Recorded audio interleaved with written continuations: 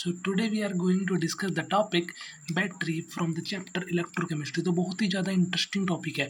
तो अपनी सीट की पेटी बांध लीजिए और वीडियो होने जा रहा है शुरू। तो सबसे पहले अपन बैटरी की बात करते हैं। तो बैटरी हमारी लाइफ में जनरली हर जगह ही है। देखें तो जैसे फ़ोन की बैटरी ले लो आप, अपने पास में रिमोट के आप सेल में मान लो तो वो भी बैटरी है।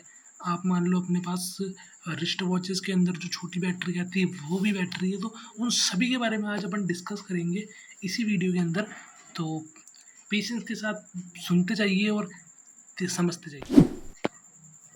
तो सबसे पहले प्राइमरी बैटरी की बात करें तो प्राइमरी बैटरी वो बैटरी होती है जो सर्टेन टाइम के बाद में बंद पड़ जाती है। और कहीं ना कहीं जैसे अपने पास एग्जांपल ले लीजिए, जैसे अपने पास में रिमोट टीवी का रिमोट होता है, एसी का रिमोट मान लीजिए, तो वो सर्टेन टाइम के बाद में बंद हो जाता है।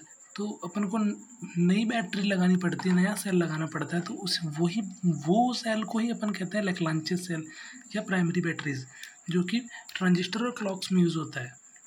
तो इसका मैकेनिज्म पढ़ते हैं अपन की बार। सेल के अंदर हम देखते तो हैं कि यार ऐसे सेल होते हैं, पर कभी मैकेनिज्म पे अपन ने ध्यान नहीं दिया कि यार इसके अंदर होता क्या है। तो आज उसी के बारे में पढ़ते हैं, बिल्कुल इंटरेस्ट लेते हुए बिल्कुल बढ़िया से पढ़ते हैं अपन इसको, है ना। तो इसके अंदर होता क्या है तो इसको पढ़ते हैं, चलिए। तो ये जो बाहर आपको कोटिंग दिख रही है, ये वाली, ये जो कोटिंग है और इसके अंदर ये जो दिख रहा है, ये अपने पास में है जिंक कंटेनर। क्या है? जिंक कंटेनर, जो कि एनोड की तरह यूज़ होता है। और अपने पास में ये जो अंदर आपको अमोनियम क्लोराइड और MnO2 का पाउडर है ना, जो कार्बन और पाउडर, ये जो रॉड के सराउंडिंग्स में आपको दिख रहा होगा, ये वाला चीज़, ये वाला चीज़, ये वाला चीज़, ये वाला चीज़, इसके अंदर जो MnO2 पाउडर, कार्बन और अमोनियम क्लोराइड NH4Cl का पेस्ट होता है, जो कि अपने लिए कैथोड की तरह यूज होता है।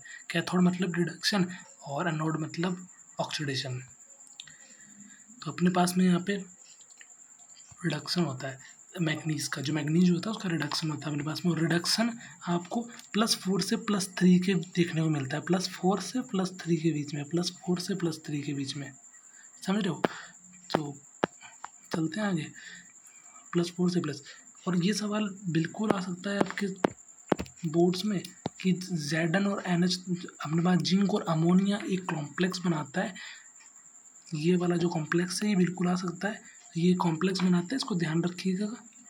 और जब ये सेल पोटेंशियल अपना वर्क कौन से पोटेंशियल के बीच में करता है, आपको पता है कि हर एक डिवाइस का अपना एक पोटेंशियल डिफरेंस होता है, उसी पोटेंशियल डिफरेंस के अबाउट में वो वर्क कर पाता है। तो अपने पास लैग्रांज सेल 1.5 वोल्ट के बीच के अंदर वर्क कर पाता है। ये आप ध्यान रखिएगा, आपके एग्जाम्स के अंदर पूछ सकता है ना। चलिए आगे चलते हैं, अपन चलते हैं मरकरी सेल के बारे में। तो मरकरी सेल जनरली आपके रिस्ट वॉचेस के अंदर दिख जाता है, नहीं तो हियरिंग एड्स के अंदर ये दिख जाता है। तो ये यहाँ यूज़ होता है। तो जिंक सेल के अंदर क्या होता है, जिंक मरकरी का अमलगम होता है, वो अनोड की तरह एक्ट करता है। और अपने पास में जो अपना मरकरी ऑक्साइड है वो कैथोड की तरह यूज़ होता है। तो कैथोड के अंदर आपको पता है अपने पास क्या होता है, रिडक्शन होता है, और एनोड के अंदर ऑक्सीडेशन होता है। तो इसका जो वर्क करने का पोटेंशियल डिफरेंस होता है वो 1.35 वोल्ट होता है। तो ये टॉपिक और ये रिएक्शन आपके पूछ ही जाएगी, है ना। इलेक्ट्रोलाइट, जो इलेक्ट्रोलाइट होता है KOH, इसका ध्यान रखिएगा आपकी KOH और HgO का पेस्ट होता है एज इलेक्ट्रोलाइट, मरकरी सेल में यूज़ होता है। तो आप ध्यान रखिएगा इस चीज़ का। तो इसलिए अपन डिस्कस करते हैं आगे, है ना। अपन आगे डिस्कस करते हैं। अब अपन बात करते हैं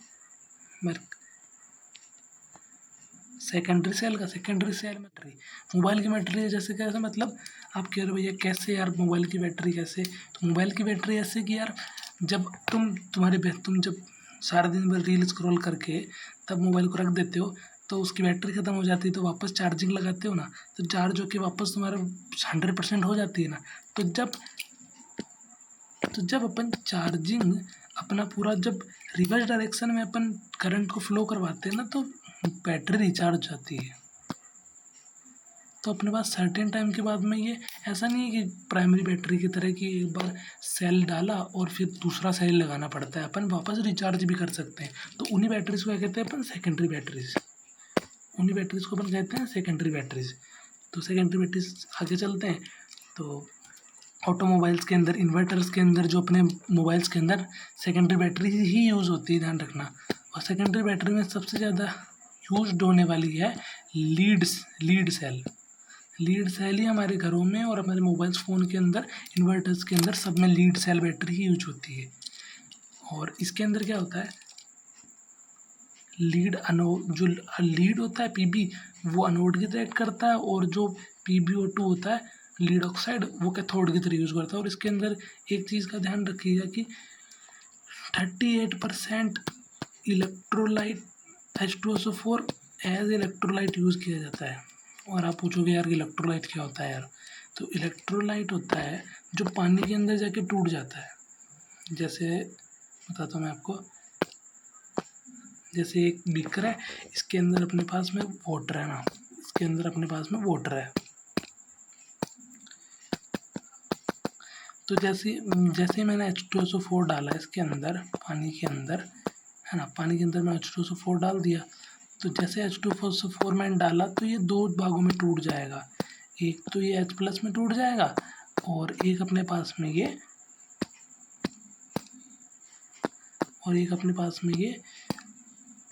SO4 2- में टूट जाएगा। तो ये इलेक्ट्रोलाइट पानी के अंदर जाके आयंस के अंदर टूट गया, तो इसी को आयंस इलेक्ट्रोलाइट कहते हैं ना, समझ गए आप। पानी के अंदर जाके जो टूट जाते हैं वो इलेक्ट्रोलाइट होते हैं। 38% सोल्यूशन सल्फ्यूरिक एसिड। ये सवाल जेईई मेंस में भी आ रखा है और बोर्ड्स में भी काफ़ी बार पूछ रखा है, तो आप ध्यान रखिएगा इसको बिल्कुल। और ये रिएक्शन वगैरह, और इसके अंदर जब अपन रिचार्ज करते हैं बैटरी को, तो क्या होता है, जो अनोड पे जो अपने पास अपने अनोड पे जो PbSO4 बनता है, वो PbSO4 एनोड पे बनने लग जाता है, और कैथोड के ऊपर अपने पास Pb एंड लीड ऑक्साइड बनने लग जाता है। तो बाकी रिएक्शन रिवर्स हो जाती है, समझ रहे हो, जो ओवरऑल रिएक्शन होती है वो रिवर्स हो जाती है। और ये देखिए, यही सवाल 2012 CBSE में ही पूछ रखा है, तो एक बार दिमाग में बिल्कुल ध्यान रखिएगा इसको कि यार ऐसे होता है। दूसरे सेल की बात करते हैं अपने पास, दूसरे सेल की बात करते हैं अपन। तो अपने पास में आ गया nickel cadmium cell. Nickel cadmium cell की बात कर लेते हैं अपन, है ना। निकल कैडमियम सेल हालांकि लीड सेल से काफ़ी ज़्यादा देर तक चल जाता है, इसकी जो लाइफ होती है वो काफ़ी ज़्यादा होती है लीड सेल से, बट फिर भी अपन इसका इसलिए यूज़ नहीं करते कि इसका जो मैकेनिज़्म होता है, फंक्शन होता है, वो कॉम्प्लेक्स होता है। तो और एक्सपेंसिव भी काफ़ी ज़्यादा होता है ये लीड सेल के कंपैरिजन के अंदर, तो इसलिए इसका यूज़ अपन नहीं करते। एक्सपेंसिव काफ़ी ज़्यादा होता है ये, तो इसका इसलिए यूज़ अपन नहीं करते। तो अपन